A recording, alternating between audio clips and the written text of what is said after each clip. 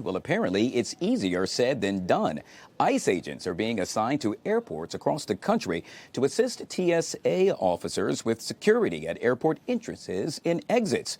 Airport security lines have been especially long in recent weeks as many TSA agents have called it quits. To discuss what this means, we welcome security analyst, retired U.S. Navy commander, and former FBI Special Agent Rich Kolko right here on the Live Zone. Mr. Kolko, good to see you, sir, and welcome to the show. Thanks for having me here. So how much of this is really necessary and how much is really political theater?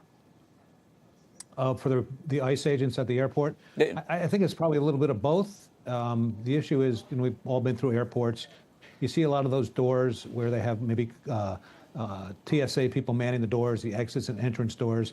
That's a good spot to put some of the ICE agents, maybe a little bit of crowd control, just the lines. I have somebody who went through the Atlanta airport today. The line did start outside, but they made it through in under 90 minutes, so a little better than as advertised. But no, to simply say that ICE agents are ready to run the x-ray machines or do the pat-downs, there is experience and training that goes into that for TSA agents, and the ICE agents don't have that. They're good at checking for weapons and such, but we know that TSA looks for a whole bunch of other items, and that's not something the ICE agents are trained in. So there are roles they can fill, but that will help ease a little bit, especially with hundreds quitting or calling in sick.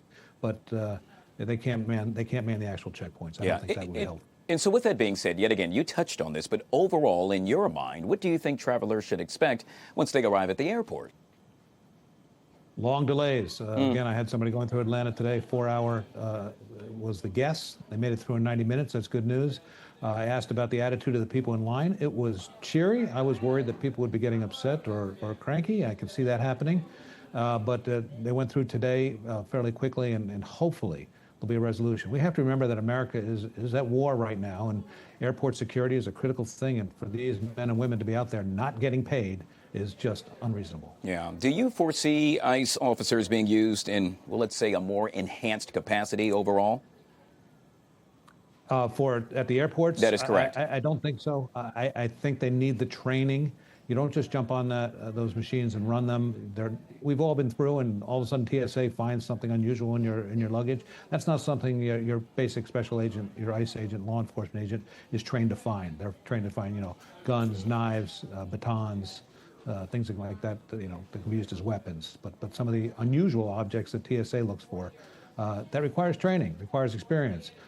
They also do some body language classes. They learn a lot about the passengers going through, and that takes time, that takes experience. Obviously, ICE agents could learn that if they go through the training very quickly, but if they're just going to put them there now for a short-term fix, I don't see them being put through that training that's so critical. Yeah, it's no secret we live in a time and era where Americans, we want things not now, but right now. And so we'll end with this, and that is, ultimately, will this really speed up the security checkpoints having ICE agents on hand?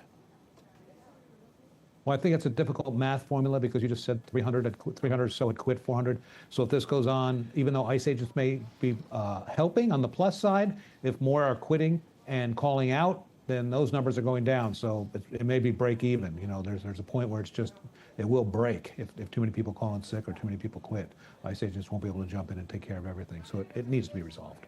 Security analyst, retired U.S. Navy commander, and former FBI Special Agent Rich Kolko joining us right here on the Live Zone. Sir, I truly appreciate your time.